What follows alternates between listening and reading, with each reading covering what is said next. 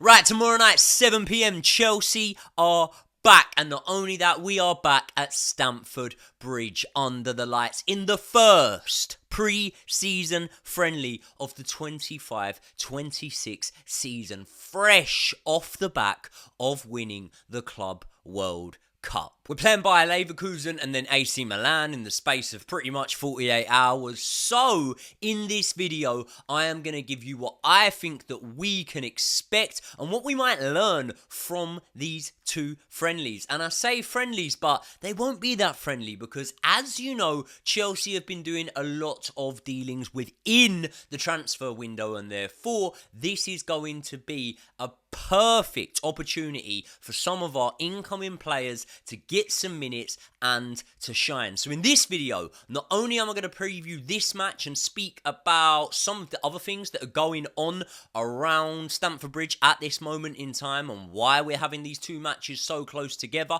I'm going to be giving you lot my official team sheet for this one. And as always, we'll top it off with a score prediction. But before we get into all that, people, welcome back to the Joey Knight podcast. If you are not already, please do subscribe to the channel. I think about 50% of you guys that are my regular viewers and watch every video aren't subscribed to the channel, so please just do that for me right now. Let's get into the video. Now, a lot of people find pre-season boring. I don't. I love pre-season because it's the time of the season when you can be the most optimistic. When you're going into these pre-season games, realistically, you have no idea what is ahead of you. But Chelsea's circumstances are very different going into this game because we have just won the Club World Cup and we have seen glimpses of what is to come in this season. But there were certain arrivals that weren't registered in time or weren't eligible to play in that match. And there's a certain arrival whose appearance in this game, which I am anticipating, by the way, is probably going to be like no other that I can remember for quite a long time. This arrival has been met with a lot of excitement, and we will speak about that player. But one thing I do want to remind all of you guys, right, if you're attending the game as I am, take it in. Really, really take it in, because for all we know, we might only have one or two more times to be able to feel this experience of the first game back at Stamford Bridge. We know that there is going to be an expansion of Stamford Bridge. Maybe we'll rebuild on the site. Maybe we'll move to Earl's Court. I don't know. But all I do know is that feeling that I felt as a kid, you know, when you would go back for the first game of pre-season, it would still be hot, it would still be sunny, which, you know, it's not normally during the season, is something that I cherish and something that we should all take in these next two games. Why are the two games so close together? Well, the first reason is because we are trialling out a new ticketing system. So instead of having the old style of tickets, I think now it's going to be an electronic system or something like that. Sent to the memberships, I don't really know. But basically, we're trialling it out. So hopefully it works because my tickets are on this new system. Now, look, we saw how good we were in the Club World Cup, and obviously that was a competition that was taken very, very seriously by everyone that was in it. Everyone that was in it wanted to win it. We knew the financial implications that came with winning it, and on top of that, you see the finances we brung in from bringing in player sales this season. So we're in a very, very strong position. And because of the fact that we played in that Club World Cup, this is a game that I am going to want to see rotation in. In the Club World Cup, I didn't want to see wholesale changes at half-time, but if I was to be in Stamford Bridge and 6 or 7 subs came on at half-time, I'd be too drunk, probably, by that point to count to 6 or 7. So I wouldn't mind it. I honestly wouldn't mind it. And these games ultimately could define whether a player stays and contributes towards our first team this season, or whether that player is sent out on loan, or worst case, whether that player is deemed surplus to requirements from Enzo Maresca or from the board. And listen, when we look at this game, right, we're not playing fucking Yeovil Town here, are we? We're playing Bayer Leverkusen, who we know are what I would describe as a terrific little outfit. Listen, it was always going to be hard to match or come anywhere close to matching the heroics that they achieved in the 23-24 season under Xabi Alonso. But even last season, you know, they still had some good wins. I remember them beating Inter, I think, and AC Milan in the Champions League starting sort of stages. I think I'm right on that. It could have been Atletico, I'm not sure. But I think it was Inter and AC Milan they beat in those group stages. I know that they knocked Bayern out of their domestic cup. However, speaking of Bayern, they did finish behind them in the league. They finished second, but it was never really a title race. And despite it never being a title race, they actually set a record in the Bundesliga last season, I read, of going, I think it was 20 or 22 games unbeaten or something like that. So it's not like these guys have fallen off massively. What they've done is they've had some good wins in that season. They've finished second and, you know, had some good moments, but ultimately come away with not much to show for it. So we're in effect playing like the German version of Arsenal or something like that. And as we know, Arsenal can provide a tough game, so I'm expecting a tough game. And not only that, right, we know that these lot mean business, because when you have a manager who is one of the most sought after young managers in Europe, and let's be honest, right, he could have gone after the 23-24 season, but he sticks it out, and you know what's coming. You know that one of the big boys are going to come in for him, and you're going to lose him. And they're lucky they didn't lose him to a Bayern Munich, for example. They're lucky that he's gone elsewhere, and apart from in the Champions League for Real Madrid, he's not really going to harm Bayer Leverkusen all that much. But what I respect about them is, what do you then go and do? Because when you're losing someone of the stature of Xabi Alonso, you need to bring in a man with accolades that read even better than that manager. And that man is obviously Eric Ten Hag. We all know that man is an absolute legend, in my opinion, of Man United. I actually love the work, and I loved being able to witness the work that he did at Man United. And obviously, look, comes in, does the same sort of thing, hits the ground running by Leverkusen. No, didn't get off to a cracker. Lost his first game 5-1 to Flamengo. But we know, Chelsea fans know, Flamengo are a decent side. They're a decent little team. No, actually, they were at the Club World Cup, weren't they? So it wasn't Flamengo. It was the Flamengo under-20s side that they lost 5-1 to. They were actually 5-0 down by the hour mark. Not that I've really looked into it. But regardless, look, if it was the under-20s, then I'm guessing if I was to look at the team sheet now, Ten Hag would have played the kids. So, yeah, Schick, Xhaka, Boniface, Grimaldo, Andrich. No. Few of these names that I know. But anyway, never mind. We've all learnt by now, never question Eric Ten Hag. The man's a modern-day football genius, right? And what he would have done is he probably would have thrown that game on purpose to set the expectation level quite low, and then the only way is up. And what you have to remember, right, is when we go into this game against Bayer Leverkusen, we're going to have some surprises up our sleeves for them, because there were players that weren't eligible to play at the Club World Cup that you may or may not see on my starting lineup in a minute. And there were players that played at the Club World Cup, for example, that you may or may not see on my starting lineup, who haven't yet played at Stamford Bridge. And believe me, right, when you see these old teams, old school grounds, come up. I mean, Luton, they even had to have their capacity built on because they didn't have a big enough ground to play in the Premier League. But, old school stadiums, I look at Bournemouth's and some other sides like that, and realistically, out of the big clubs, Chelsea's is the only stadium that still has that feel. Stamford Bridge is the only stadium that just still feels like home for me and still feels like my childhood and nostalgia and stuff like that.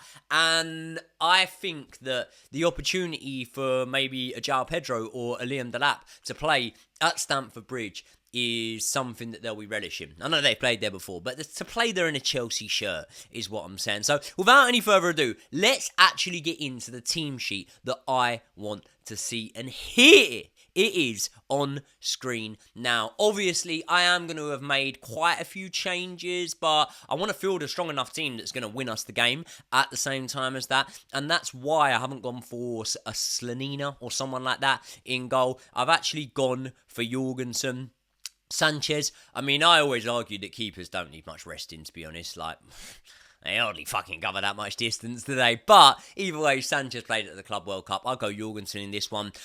Rest Reece, give Josh Achampong the minutes. He didn't get enough minutes at the Club World Cup, and I'm absolutely shitting myself at the thought of us selling him. So hopefully he can get the minutes, and I have no doubt that if he does get those minutes, he will impress in this game. Trevor Chalobah is going to be paired with Anselmino. Now, I've heard that Anselmino is going out on loan potentially, but Chelsea are so impressed by the player that they would only consider a loan option to a top European club. Now, what you mean by top European club isn't really disclosed there, is it? But I'm guessing that you're meaning a club that are competing for European spots in a top 5 European league. So to say that about a 19-year-old, 20-year-old or something like that tells me that you've got really high hopes for this kid. And if he is only going to go out on loan, I know there's always that caution of, you might not want to play him because he could get injured and whatnot. But look, it's not a permanent sell, and we're hardly looking to get rid of him. We're looking at him and thinking that he could be, a future centre-back starter for us. So I'd have him in this game, and I'd want to rest Levi Colwill in this one. I've actually now just heard in my earpiece, but just before starting this video, that Levi Colwill may be injured for this game anyway. So Anselmino, I'd like to see him play, and then I'm really excited about my left-back option, which is obviously Yorel Hato. I am so excited to see how he fits in to that space, how I compare him to Cucurella in terms of style of play and in terms of how our team plays as having him as a part of it. And realistically, is he going to be as integral to this team as Cucurella? Because we look over at that spot and think, right, that's one of our stronger areas of the pitch, but that's because we've got Cucurella there. So let's see how Hato gets on. I'm not going to draw a conclusion on what he is as a player or what he's going to do for us off the back of this match, but I'm very, very intrigued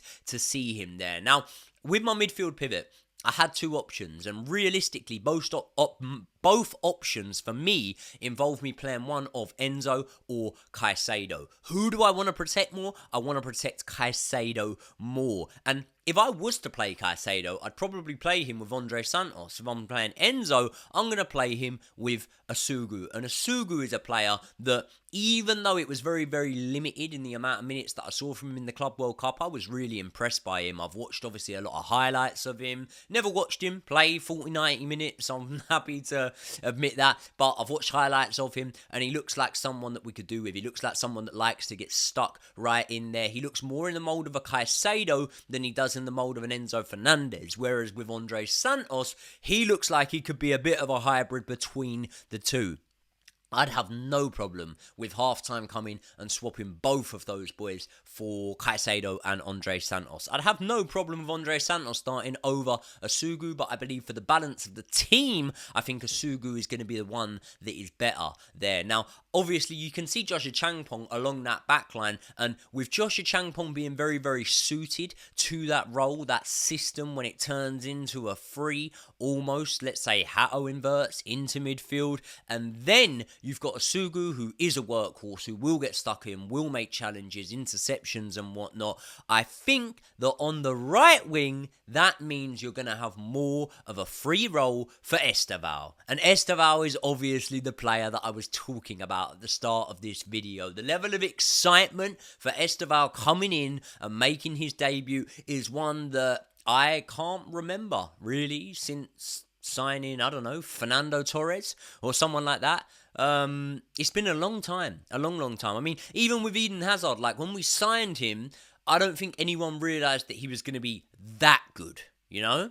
I don't think they realised he was going to be that good. So with Esteval, there's an expectation that we've basically brought a Neymar next gen to the Premier League. And therefore, I wouldn't be surprised if he didn't start the match. I wouldn't be surprised if he came on as a sub at half-time so he could get that applause and whatnot, because if he does start the match, I can't see him playing the full 90. He obviously played in the Club World Cup too, but I do want to see him, and I'm so excited to see what he can do against Bayer Leverkusen. Cole Palmer, I've started in the 10. Look, I'd still like to cash in on Nkunku, but it's now looking like Nkunku could stay if the right bid doesn't come in for him, and if he could, and he is going to, then I'd have no problem with seeing Nkunku in the 10. Like I say, there's going to be wholesale changes, but over on the left wing, I want Jamie Gittens starting this match, and I want Jamie Gittens to put in a performance that says, listen, stop talking about all this old left winger bollocks and spending 110 odd million combined on that one position when you've got me here. And Tyreek George can play back up to me. So I would love nothing more than to see Jamie Gittens absolutely tear it up in this game. And through the middle, or up top, I should say, in the number 9 position, I've gone with João Pedro. And the reason I've gone with João Pedro over Liam Delap, and another man that we'll speak about in a minute, is just that Brazilian link-up with Esteval. They know each other. And apart from that, who does Esteval really know in this team? Not all that many of the players. So I just feel like that Brazilian link-up will be very, very good there. Josh is telling me that he thinks João Pedro is going to be an all-out number 9 for Chelsea next season, whereas I saw him as an attacking midfielder, a left winger, and a number 9 that can play in all different positions. But I definitely do think that forward line looks a bit scary. Cole Palmer, Esteval, Gittens, and then João Pedro. Very fluid, very interchangeable, and I think it's something that we need to start testing out now so that we can go into the pre-season with these guys having understanding for how each other play, having good link-up play, and things like that. So that's obviously my starting lineup. Now, the first thing that people might be thinking is, well, what about Nicholas Jackson? Because Nicholas Jackson wasn't starting the games in the Club World Cup all that much. And look, I'll lay my cards on the table. I think that we've already made enough money to go out there and make 1 or 2 more signings that I think we would need if we were to, let's say, compete for the league this year or win the Champions League, one of which I do think that we'll do. But just quickly, I want to take 1 second to thank the guys that made this video possible, and that is Channel Partners Supreme CBD. I use their products on a daily basis. I take a drop or 2 of the CBD oil under my tongue each night. It gives me a really, really good night's sleep. And then I wake up in the morning, and in order to be able to smash out all of my work, I actually take a couple of capsules of the Lion's Mane. They're vegan, and not only that, they help ridiculously, for me personally, with my focus. So really, really helps me turn 2 hours work into 1 hour's work, basically. I've got a link for 40% off in the description to this video. So if you want to check out their products, hit the link and use my code. You'll get 40% off at the checkout. And I'm not joking. But either way, I do think that, you know, we might need 1 or 2 more signings. I can't really remember anyone winning the Premier League without a top-class goalkeeper. I made the comparison, I think, on another podcast when I said I wouldn't really have classed Jens Lehmann as a top-class goalkeeper, and Arsenal won it with him, so maybe there you go. But Robert Sanchez, listen, Robert Sanchez, on the back of the last 20-odd games, is a good goalkeeper. Statistics-wise, he's in the higher metrics, but I don't think he's a top-class goalkeeper, and if we had a Donnarumma in there, for example, I do think we'd go and win the league. Also, maybe, possibly, another centre-back signing, something like that. So I understand that there might be the need to raise more funds. We definitely will, by the way. We're going to have so many players to sell, but with Nicholas Jackson, I do think a move to one of Man United or Newcastle could be imminent. I really do. And if it's going to be, considering we played about, 30 odd million euros or 35 million euros, it looks like we might get big money for Nicholas Jackson. If we're going to get 50 mil for Nicholas Jackson, I wouldn't let him go. I think competition for places is really, really healthy. And I think that he will push Liam Delap on, and that will push João Pedro on, and I think it would be really, really good. And I've always rated Nicholas Jackson as a really, really good player. But if the reports of 80 mil are to be believed, then maybe I'd do it. Maybe I would if it could guarantee that we could bring in better signings, because I don't think Nicholas Jackson's going to be a difference maker between us finishing, let's say, potentially 4th this season and 2nd this season or something like that. But I do think that an £80 million sell could fund a difference maker that could make us title challengers. So there you have it. There's my thoughts on Nicholas Jackson. If I'm going to sell him to anyone, by the way, I would so much rather it be Man United than Newcastle, because I think that Eddie Howe could get a good tune out of him. I don't know if my Geordie friends would agree with that, but I would say so anyway. So listen, there's going to be a load of changes at half-time in this one, and ultimately the scoreline's not all that much important. What is important is getting to know your squad and learning about your players, but that doesn't mean that I don't want to win this game. I definitely do, alright? Because any game that I go to, I want to win. Any game that Chelsea play, I want to win, but especially if I'm in attendance. I am going to go with a nice little 2-1 win in this game. A little bit more competitive, but a 2-1 win. And I'm going to go for an Estevar debut goal. People, let me know your thoughts in the comment section below. And just a quick one before we go. If you can see the t-shirt, by the way, we've got the Nyla Apparel t-shirts on board for a whole season as partners of the channel now. And I think I can get you 10% off. I've got a 10% off discount code in the description. So if you want some of these ones, I'm wearing the white one at the minute. I usually wear the navy or the black, but they got some banging items on there. They got the tracksuits as well. So yeah, new channel, partner of the channel. Click that in the description. If you're not already subscribed to the channel, hit a like on the video, and I will see you either all in the next one or up at Stamford Bridge tomorrow. I'll see you in a bit.